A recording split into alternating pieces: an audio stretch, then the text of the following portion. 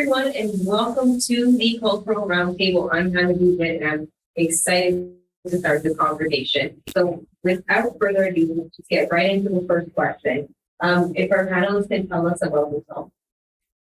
Yeah, I'll get started. Francisca Figueroa, from the Dominican Republic. I had a bachelor's degree in marketing and a postgrad in global business management with a focus in marketing from Humboldt College. I came to Canada 3 years ago, and now I'm working as a digital marketing specialist for a software company. Hi, y'all. My name is Lari. I'm Mexican. I grew up in Texas. I have lived in Texas all my life. I'm 25 years old. I studied artist management and audio production and engineering, and I'm the founder of a company called Around Management in Toronto that focuses on artist management and artist development. I'm Curi. I'm from Colombia, and I lived in Canada since I was 8 years old. My parents made that decision, so I just kind of like came what happened with that. But I have a bachelor's degree in English literature from UC and a postgraduate certificate in communications from Sheridan College. I've done some blogging here and there, but a good chunk of my experience in communications has been with Canadian arts and cultural exchange. Good, thank you. Hi, my name is Sarahi. I am from Mexico. I am a professional ballet dancer and the founder of the Fifth Dance, which is a drop-in day dance studio in downtown Toronto. And I've been in Canada for 7 years now. Amazing. Thank you so much, everyone, for telling them about the book. I guess I can do myself. Hanna Guzman, executive producer of the Advice from Hanna show. I've been in Toronto since age 5. I'm from the Dominican Republic, and I've studied business and have dabbled into many industries, and so I'm here now in media. So I want to really set the tone for this conversation. I want everybody to feel comfortable. No answers are wrong answers. It's what comes from your heart. So I want to ask, Francisca, and I'll ask you first. When were you first aware of race? It was since I'm young age, especially because in the Dominican Republic, there's a lot of skin tones that you see everybody wearing. Like now, my friends came and you can find people a little bit down to the gray from lighter. So like you can at a young age start asking why was big. I was also studying with people from other countries, like Colombia and Germany even. So I was involved in the way everybody was reacting to the same environment. So I was curious about that, and I think it really made me a curious person since then. So I think I was aware of it.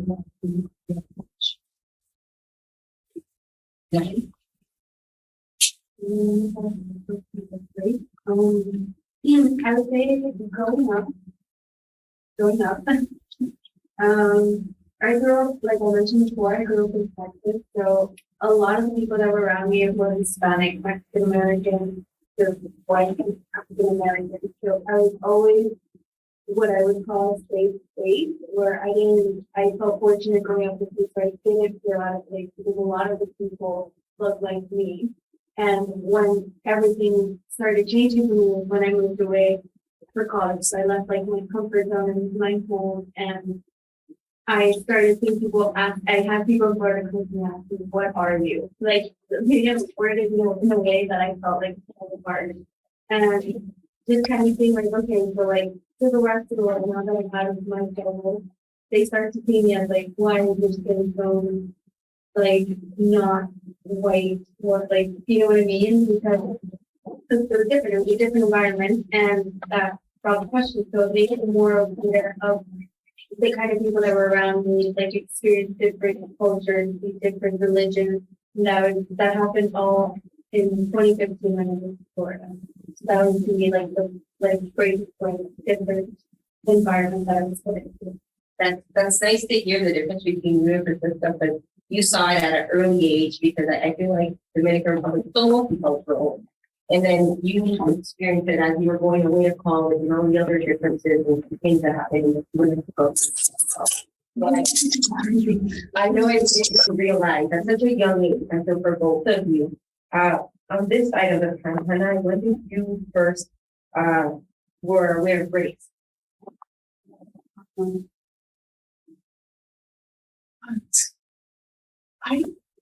not sure. I mean, I think when I was 15 years old, I had an awareness of things and such, because it's not that where I'm from is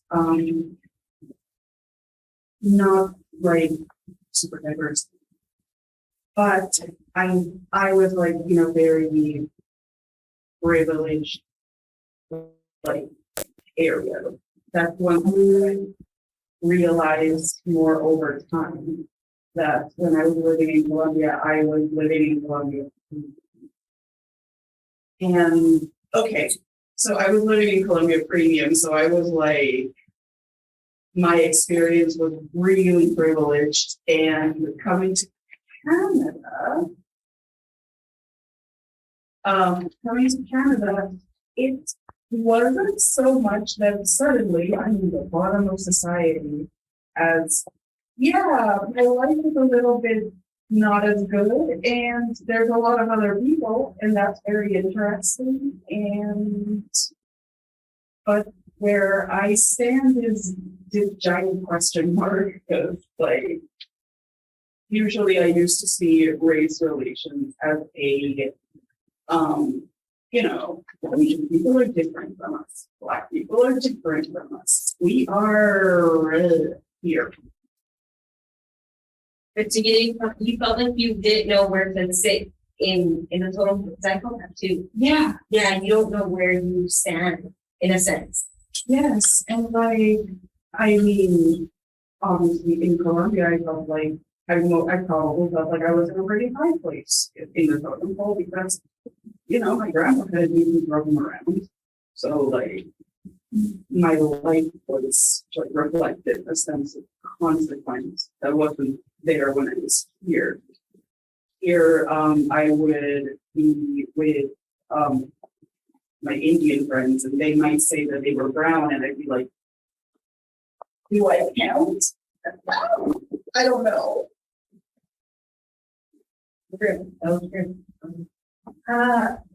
I have a similar experience because I am very obese white as in Mexico. So I didn't have an awareness of race. However, my family is very diverse. We are all we're all different kingdoms. Some of us are lighter, some of them are browner. And it didn't matter, like, because we were all the same family. However, when I moved to the States, I was 16 and I moved to Philadelphia. And I didn't also really realize that we were different. I think like in Mexico, I was a blondie. In States, I am brown, which to today, I still experience that. I don't know if I am one or the other. So I just say it's never to say and not much with me, but with my that was real life. She was a lot darker than any of the other moms of all the US kids. So yeah, I was like, oh, I guess we are different. Did you get the questions? Because I would get the questions, because my mom is your skin tone. So I would get, is that your nanny? Is that your babysitter picking you from school? And I'd get so upset. No, it's my mom. Yeah, I didn't get the questions, and I have to say that I was a little bit nervous of coming here because like I feel like I don't have any experience to share. You do life is an experience. Life is an experience. So it's gonna, I feel like it's gonna come. So we can the next question that I had is from Scott. if you've encountered racism towards you or other people. In many settings, actually, in the employment setting, in the education setting, even in social setting, when you go out and people rather hang out with a person because of their skin tone or because of their background, it's kind of like shocking for me. Because from the country I am from, the example, everybody's so welcoming, and that's something that sets us apart. We are like a good portion of people are very welcoming, and when you come, for example, to Canada and you see that people prefer to hang out with people on a lighter skin because they think that because you're darker, you are doing something wrong. That's something that I experienced before. And it was actually a cultural shock for me because I never experienced that in my country. I was able to hang out with people from other races, and I never felt that way. And also in the professional setting where somebody else is promoted, even it is not like actually people really deserve it. They just do it because of the race that they are from. It doesn't really make sense for me. It's something really stupid. But at the same time, like this is something that is setting us apart for a very stupid reason.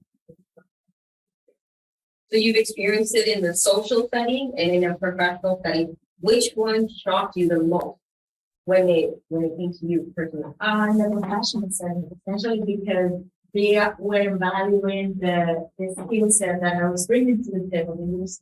They were just looking at my appearance for that second. You haven't really evaluated who is the best person for the position. You just made the choice based on race, and that doesn't really make sense. Not for the business, and it's not a logical thing to do either. Because at the end of the day, you want the best for the business, not like the best appearance for. That was a solid answer. I'm sure many people online and in the room have felt what you have. Larry, how about you? To be completely honest, I personally have not experienced to this day. I've always been very to myself, and I guess maybe if I have in the past, I didn't.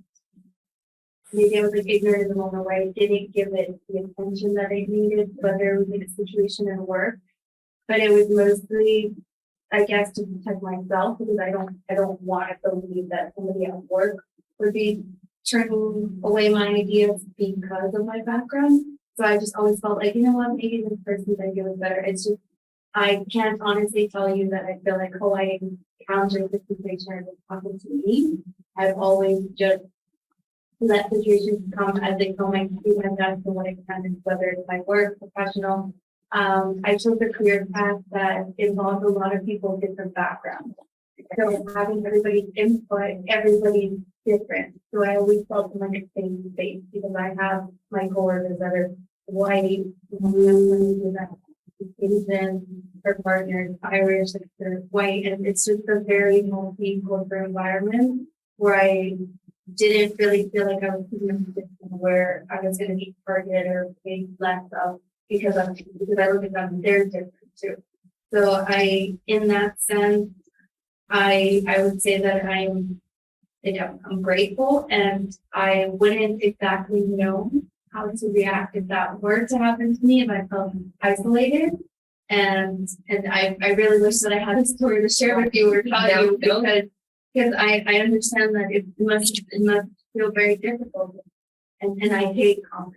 That's one thing. I feel like if somebody made a comment, I'd like go ask them or something. Like I wouldn't handle it with grace and yourself. I'd be all over it, like, what are you saying? So I've been blessed so far per se.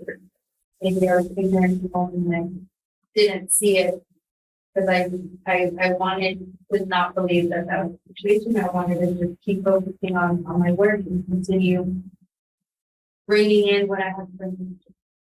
I understand that. In a sense, you created your own rules for yourself. So you have yet to experience being like the new person because you're the leader in the group, right? So it's a different perspective. Creating your own safe space. Yeah.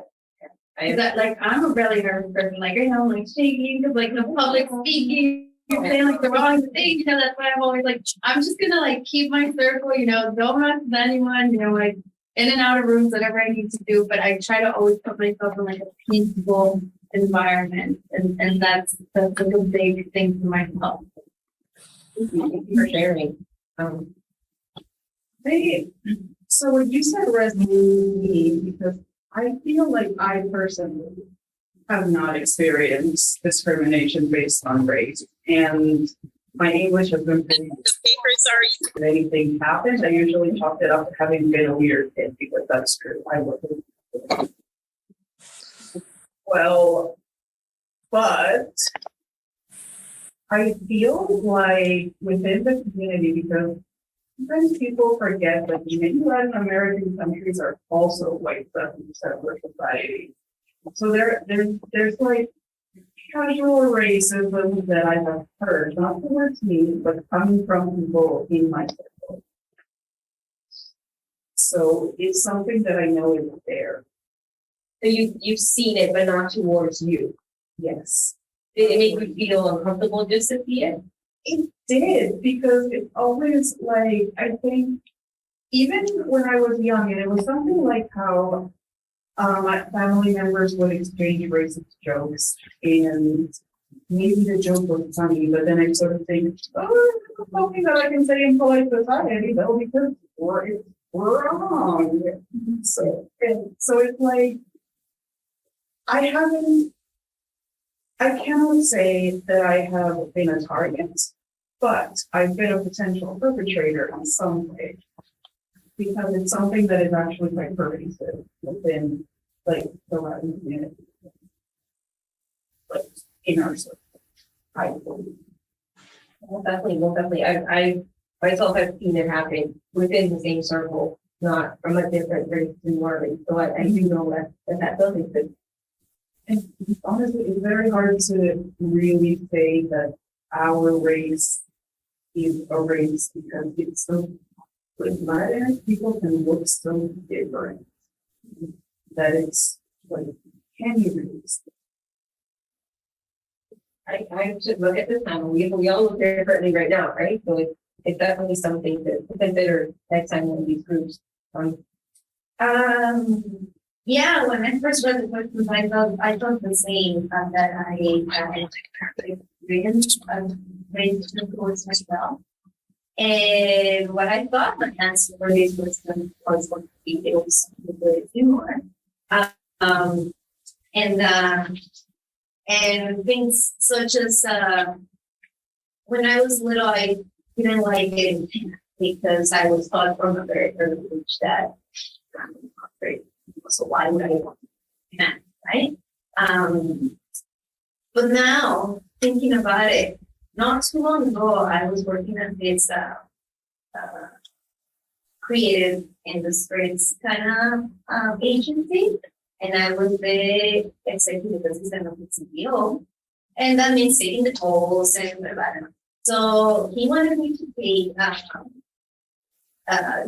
dialect lessons or like speech lessons so that I could get rid of my accent for answering phone calls. And at the time, yeah, like if I had known that was racism, I said something. And I would tell my friend, and unfortunately for different ones, the life that was perfect.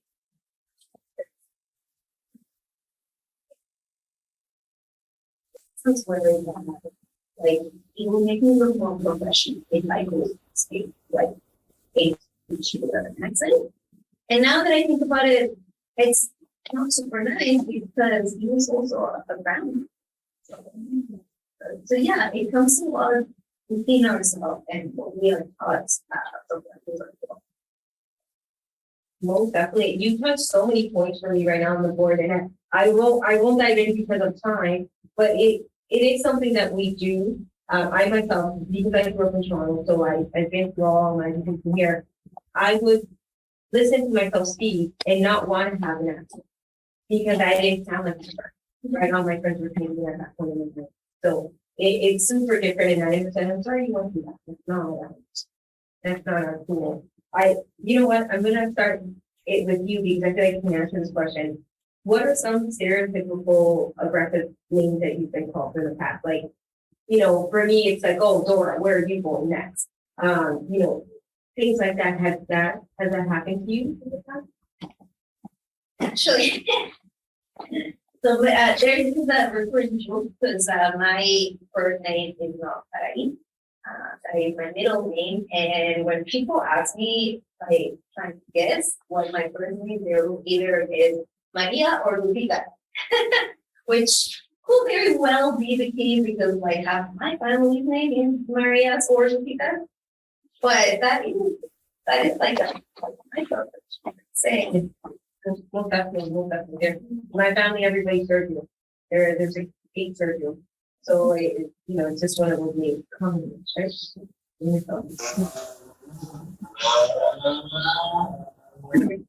My name is Hannia with Arab, but that's never really been something that has come up in my life until later when I got Uber drivers saying, "Hey, you got an Arab name," and I'm like, I learned that 3 years ago. Say Apparently, it's like a favor.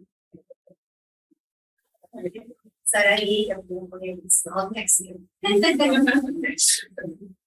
There's a lot of Arabs and but I don't know. I mean, as far as like stereotypes, it's either been confusion because if I say that I'm visiting Colombia, somebody might say, "Oh, you mean British Columbia?" And I would get upset because I'm like, "No, it's not all about you guys. It's a country." And they'll pull you with a UMPIA. That's a weird pet peeve of mine. I hate it when people tell me because that's not how you spell it. But it's such a tiny thing to get really upset about. But it's like, no, it's incorrect. I don't know. But I did have at least one person when I said that I was traveling to Colombia bring up cocaine. So, yeah. Yeah, I think the negative thing around where we're from is always exciting. Sometimes whenever I say I'm from the Dominican Republic, oh, I get it all. Yeah, I did that. Well, thank you for sharing it. That is how you. What are some stereotypical microaggression comments made towards you in the past? So in a sense, like, have you ever been called, oh, like for me, for instance, whenever I used to work in the hospitality industry, and when I would tell somebody I worked in a hotel, they go, oh, we're housekeepers. We're like, no, my desk. My housekeepers work way harder than I do. So, you know, has anything like that ever been said to you? Maybe like in terms of assumption, I think I remember when you brought up the point that like about like the comments or like I feel like they come from mine like from going I went to Mexico to do an internship in was it 2016. And it was like my own people per se was like they would make assumptions. So they would be like, oh, so you're not going to go, so like where do you live? Because I go, I've been practicing for my family's Mexican. We've always been practicing Mexican, but they just always lived there. And so I would get comments like, oh, there's this one girl who said, and I still remember her name was Paula. She said, Paula, like, whatever, Paula. But she literally said, like, she made a comment about if my family would, she's like, whatever, she's like, your family's probably all the way, like, illegal immigrants in Texas. And I was like, no, like, I just looked at her, like, I had told her I was actually adopted when I was a baby. So I was born in Mexico, and my parents adopted me and took me to Texas home. So she also looked at me and she said, like, why you? I felt like that was like a like she's like this like Mexican, that's like what he said. Sometimes in Monterrey, like we know, like they can be like more up north, sometimes they're more like more like a class thing within the racism between our own land community. Very like classist in my personal opinion. But she made that comment, and then she looked at me. She's like, "Well, why you?" She's like, out of like all the people that they could about, like, why you? And that was like the, I guess, the assumption that I guess would be relatable to you, this.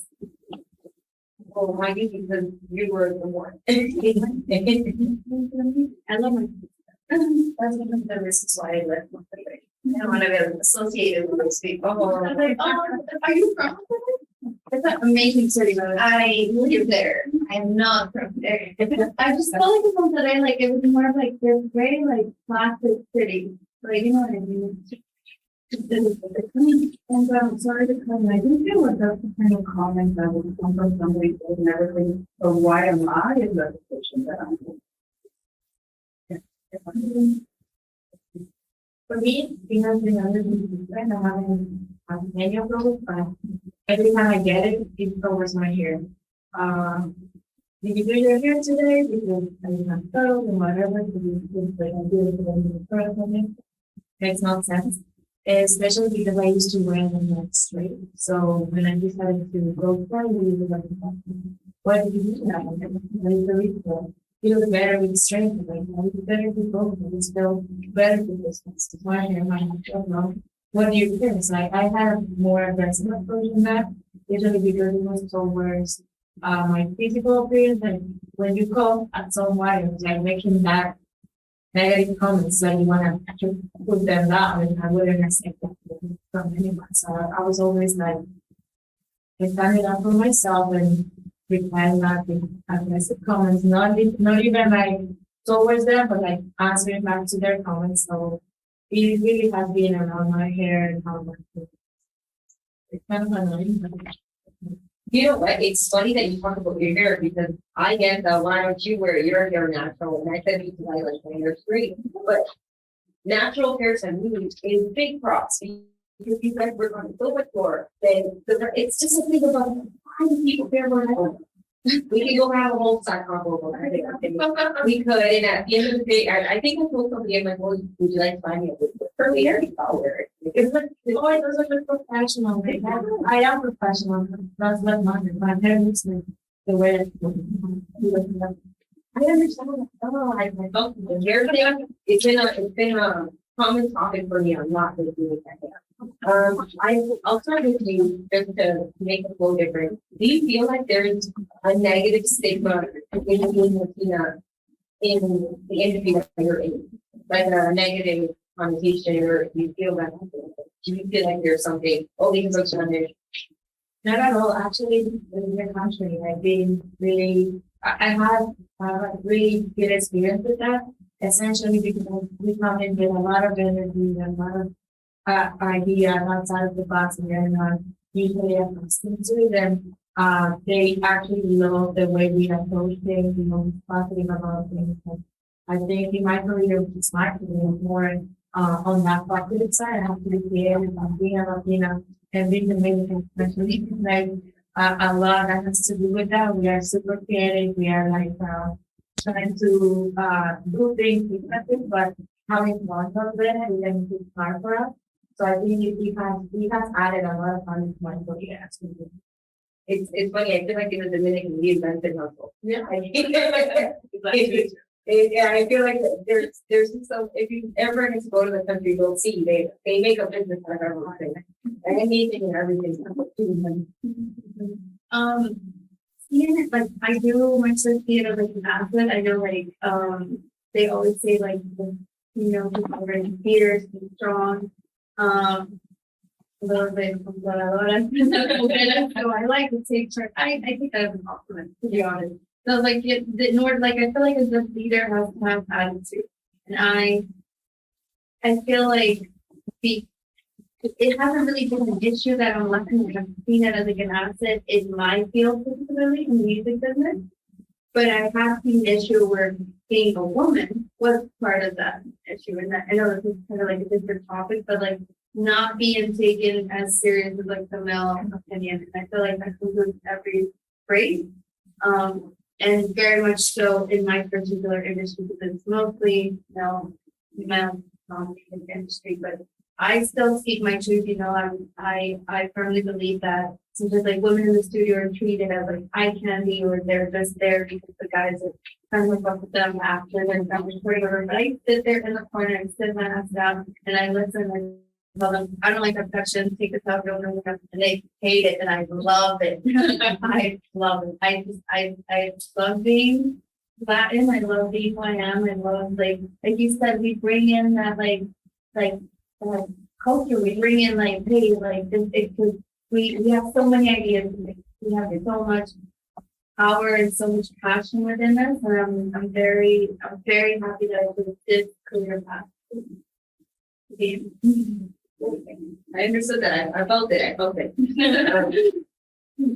I mean, for me, it's been interesting because in a general sense, growing up in Canada, I feel like I was very easily disconnected from the Latin group. When we first came here, we were listening to Vancouver, and in my peer group, there just weren't other Latin people.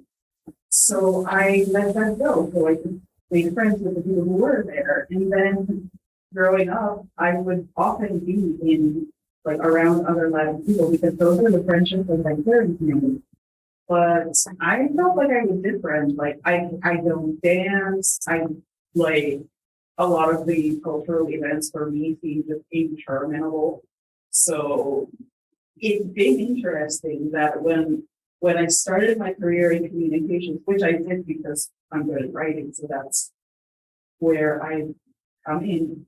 I actually started with this organization, with the Hispanic Canadian Arts and Cultural Association, where I've been engaging with other Latin people and with Latin culture, and promoting festivals that maybe when I was younger would have been something that my parents dragged me to and made me stay for 5 hours.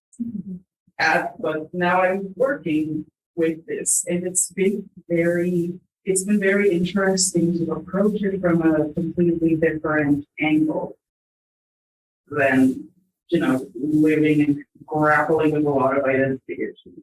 I understand that because when I came to Canada, I had no friends. I didn't experience them until I was in my mid-teens. So I understood where, I always say that I grew up in Canada, but I would go home and it was Dominican Republic. There was a difference because I would put on Britney Spears, my mom would put on Mississauga. I would want to listen to Michael Jackson, she would put on the pizza Okay, interesting thing. I'm sorry to be real, but I remember that in grade 1 when I was living in Colombia, they were all into Britney. Britney was huge. Britney was huge. She was an icon in the 90s. I don't, similar to the music industry, I don't think it really matters what is Latin or not, because there's dancers and exceptional dancers from everywhere. So, but one thing I will say in ballet specific, ballet means so Eurocentric, so it's for me again, because I am one passing dance requirement, but for some of my other work mates, they will have to put white paint on their skin for some characters. We will often do it for fantasy characters fairies of the forest or swans. To swan lakes will often hold flowers of white because the old swans in the world are white. But so for those kinds of ballet, that was a requirement for all of us to do that. But some of my friends will have to do it for every single different ballet for human characters.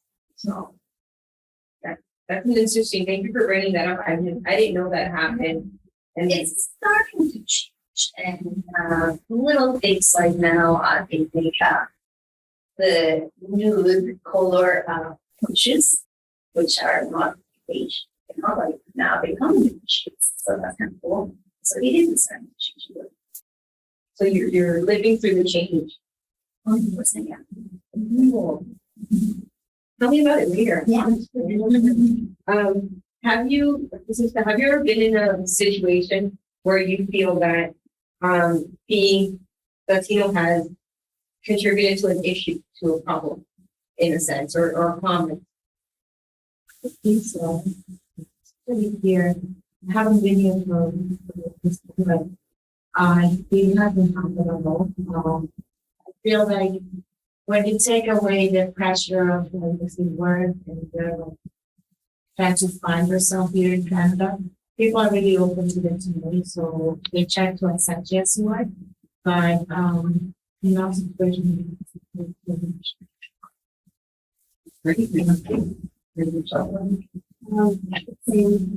Economic days that one day so far they're family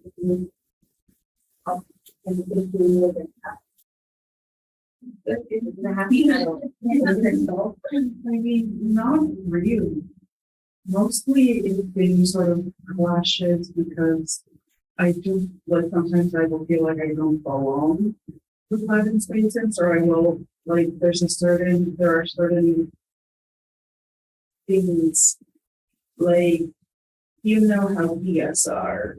Oh, the BS. The BS. That's not the way. Like, if I'm confronted with Tia behavior, I get very, like, I can chomp at that bit a lot. And I'm a little, like, it's happening from me. You're made my day. They're happy, aren't you? Just go ahead.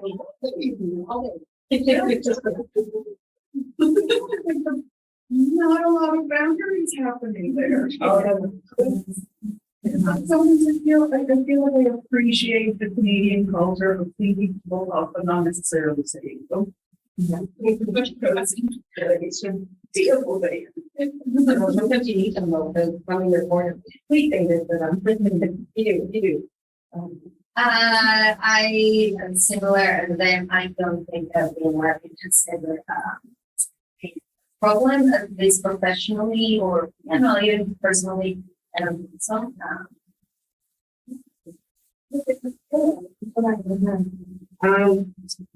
Question number, like this question ties in a bit with the last question, but have you felt in the past that maybe, and I know Francisca, you touched it a bit at the beginning, racism has held you back from an opportunity to move forward?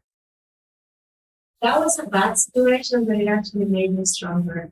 I was able to like rise from that situation and find myself a better opportunity. Actually, I was able to see what of my value as a person and working as a professional, and realize that was my place. If I wasn't welcome, I have no business to do it. So come and I'm doing better. So it actually helped me. It helped you, and sometimes we'll think that that's a positive look on it. Sometimes you don't get an opportunity because of your race. And now my thinking is, okay, well, something better is coming, right? So, but it did, and it worked out pretty. It's great. I love her responses. Like, she is just so graceful. Like my dad was like, if they close the door, going through the window, like break that window. I honestly, I can't say that there was, like, I guess it's kind of like a continuation to the previous question. But I do love the way they got Valley, that she was able to learn from it and she knows they can, you don't belong there, that something better is coming along. And it's true. I feel like a lot of things happen that shape you into who you become. So things always happen for a specific reason, and something better always is coming along, whether it's an opportunity for work, different environment. There's always something else that there's always something else that you can do that's going to be so much more beneficial for you, your own peace, your own mental health, everything. Most definitely. I feel like as the older that we get, I feel that opportunities that you don't receive are meant for better ones. No, I mean, I would say it's not the case. I would say even like sometimes when an opportunity will say that they particularly welcome members of X community, I will even say, I'm not really somebody that needs the boost. I've never had that kind of challenge. So yeah. No. Yeah, same. I don't think it's ever like held me back or like being like boost opportunities. However, very similar. Now when I am applying for grants and things like that, they always, because with the age that we live in, they want to give opportunities to underrepresented groups, and they always ask you, do you consider yourself Latin? And that one I'm okay with. Yes, I'm from Latin America. I am a Latin person. But then when they ask, do you consider yourself like a person of color? I don't know how to answer because I also don't want to take advantage of something that perhaps not my experience or like, oh, I deserve it. I don't know. I get that because I feel like you wouldn't know where to add, where to play it. If you want to take it away from somebody else, you guys want to add that. No. Not knowing, but with more than who I am, but like, is it to your standards? Like, do you mean like, do you need feedback? Well, I am this skin tone, but like, there's people who actually go through a lot of issues and challenges, and the feeling undeserving confuses you. And there's also like the term visible minority. It's like, Yeah. am I visible? Like, I think I blend in pretty well, so I think. No, it's tricky. It is. I hopefully somebody who works writing grants is listening. This is a question people have when they're filling them out. We're almost to the end of the panel. I want to thank you guys so much for like answering so truthfully. How do you feel we can combat racism in the future? What would you like to see in cases? I know you haven't per se you're like experienced it in a certain way, but if you could prevent it from happening, what is something you'd like to see? I'll say that everybody should approach it as everybody's human. Everybody has skills. Like, you have to evaluate them based on that and what you need rather than on the basis of the methods. Because usually we go out there and like try our best to do whatever we want to accomplish, and nobody sees that, right? Like, okay, you're trying, but we have to access equal opportunities based on what we know and based on what we have learned. So I think the approach would be to see everybody else like the human beings we are, and then take it away. Thank you. I believe, like, I personally have always felt like I sometimes feel bad, and I know it's the way it is, but I feel bad for racist people sometimes because for this reason only. Racism isn't something that you're born with. It's something that you were taught. A kid doesn't know hate. A kid doesn't see color. A kid will go into the playground and play with anyone. But I feel bad for them because they didn't have somebody guiding them or showing them the right from wrong. And I think that the only way to be able to actually change things in the next step is having this generation and our next generation have raised their children with knowledge, not ignorance. Because that's ideally what it's going to be in the end. Those people can't help, like, in their mind, they are right. In their mind, like, they literally struggle so hard with themselves. They can't, like, live with the idea of coexisting with different people of different races because their mind doesn't allow them to, because that is how they're conditioned. The same way we were taught love and acceptance, like, this is ingrained into who they are. Because that is what they saw growing up, that is what they were taught. And so to me, I feel like in order to actually make a difference, you have to start teaching the new generation how to actually teach them love, teach them to be accepting, and teach them to coexist with these other people. That, in my opinion, is like the only way to really break through for the future. Thank you. I love that answer, and teaching them and unteaching ourselves the things that we've learned in the past is the way to do it. Well, I do agree with what both of you have said. I don't know if there's repeating necessarily. One thing that I would like to repeat though is we also need to teach our own children, because, like, yes, a lot of the world, when they think of Latin American people, they might think of Gloria from Modern Family, but even Sophia Vergara does not actually look like Gloria from Modern Family. Like, We're not all like that. There are things within our own community that exist, and we can't say like we've been talking about how we can't always place ourselves among people of color.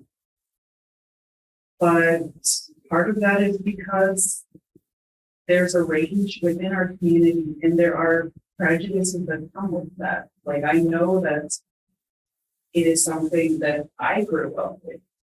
And I'm not going to say it's because I moved to Canada from River. It's just because I've bought and like grown over time.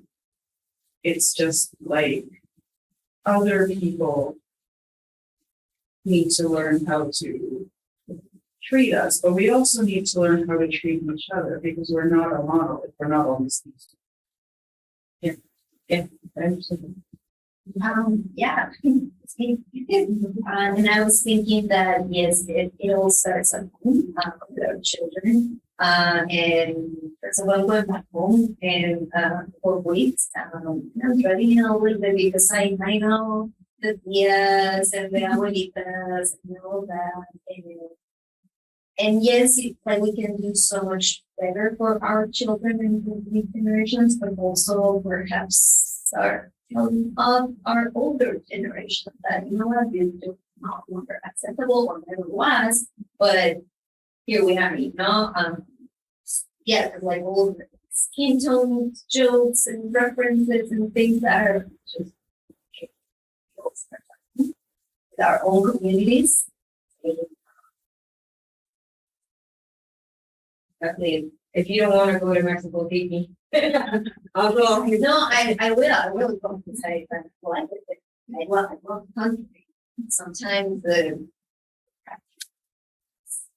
that's I understood. I want to open the floor up for any questions. If anybody has any questions, either online or in person.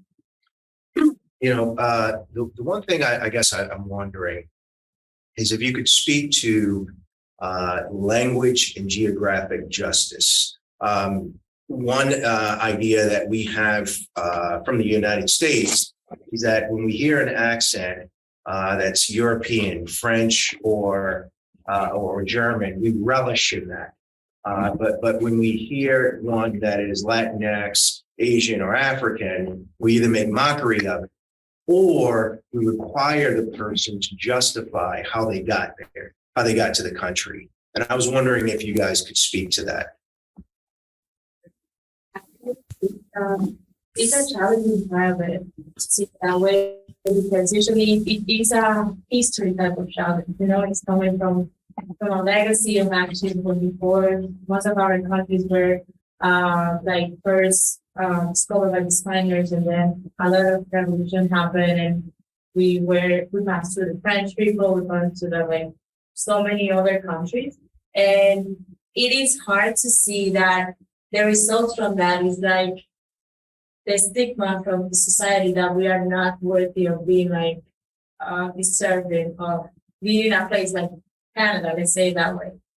We speak a language. Usually when we come here, we already speak Spanish, so we are speaking English. So sometimes the people that live here, that were born here, they only speak the language that is spoken here. So let's say it from that perspective. We are trying our best to fit in this society, and it is a challenge, and it comes with baggage. Let's say we are trying to all learn the bad things that we were accustomed in our countries, and our language might not be the best one, or the pronunciation might not be the best one. We're trying, right? And we're doing things right. So from that perspective, we shouldn't be ashamed of ourselves, like Africans, Latinx, Asians, because we are doing our best here, or in any other country that people are right now. We are just trying to see it as a way of transformation. We are transforming our beings from being like, I'm Dominican, but now I can also communicate in English. I'm also learning French so that I can be a better human, a better communicator, a better person in society, a better professional. So it's nothing that has to hold us back because other people think bad of it. It should be empowering us to be better, to transform ourselves, and to keep pushing forward. Either this one? I think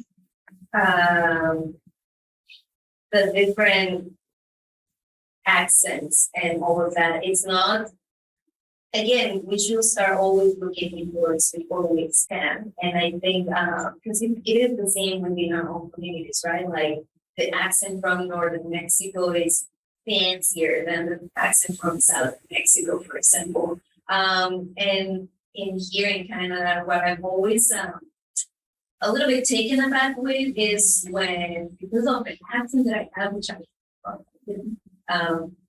they were like, ooh, no, it's Sonic. What's your act like? And I don't think I feel comfortable with that, you know? Like, okay, what are you trying to say? If I have double-edged sword Spanish being considered a sexy language. It definitely is a close to sexiness. Anybody else want to add to it?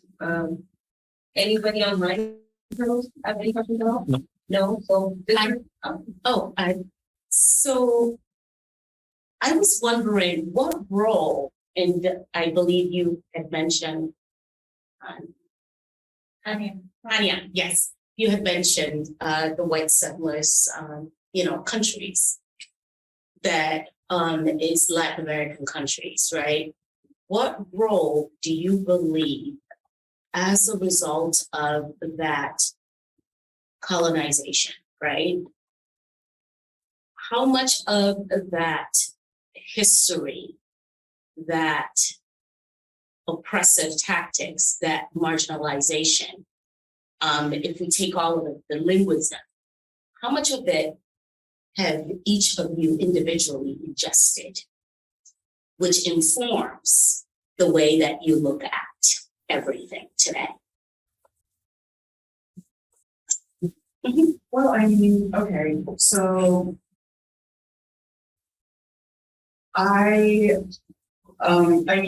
think a lot of media. I love stories. And I do often think about it in terms of like media representation. But I have to say that for me, one of the most important things is to remember that I come from Cartagena, Colombia. My city was a Spanish port. We handled slaves. And like that is something that happened in my very city. And when I lived in Colombia and I looked at some of the poorer members of society, a lot of them were darker. Now, why is that? There is some systemic reason. But I think as a 6-year-old, I may not have thought about it. As I grew older, I did think about it more in terms of, and like, why is this the case? So like, there is a lot of ugly history, like even in my own city, that needs to be remembered and considered.